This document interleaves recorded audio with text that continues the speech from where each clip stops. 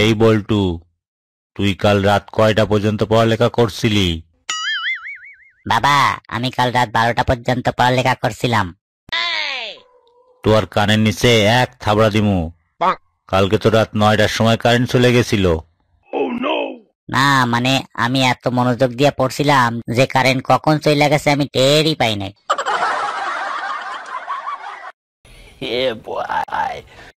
কিরে বল্টু, মন খারাপ কইরা বইসা আছোস কেন? আর কইস না দোস্ত, কিছুই ভালো লাগতেছে না। আমার যখন বাড়িতে মন খারাপ করে তখন আমি বউরে লইয়া 2-1 দিন বাইরে কাটাই আসি। প্রিয় তো বউরে লইয়া কদিন বাইরে ঘুরতে যাইতে পারোস? দারুণ একটা আইডিয়া দিছস। তো কবে তোর বউ আমার সাথে ঘুরতে যাইতে পারবো?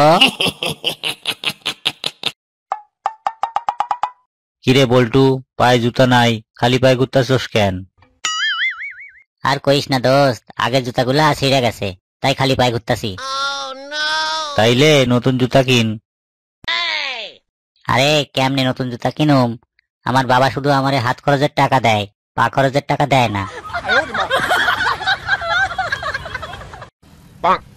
কিরে দোস্ত, আজ কেমন পরীক্ষা দিলি? আর কইস না বল্টু, কিছুই লিখতে পারি নাই, সাদা খাতা জমা দিয়ে আইছি।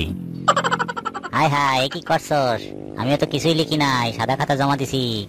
ছাত্র তো মনে করবে আমি তোরটা থেকে কপি করছি।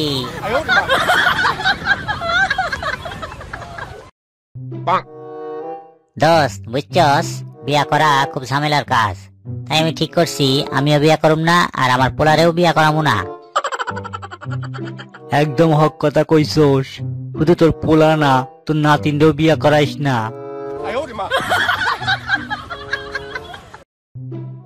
বাবা, আল্লাহর নামে কিছু দান করেন, 3 দিন ধরে কিছু খাই না। এই নেন 10 টাকা। আচ্ছা বাবা, তুমি কি করো? কি আর করুম চাচা, এই টোটো কোম্পানির ম্যানেজার আর কি।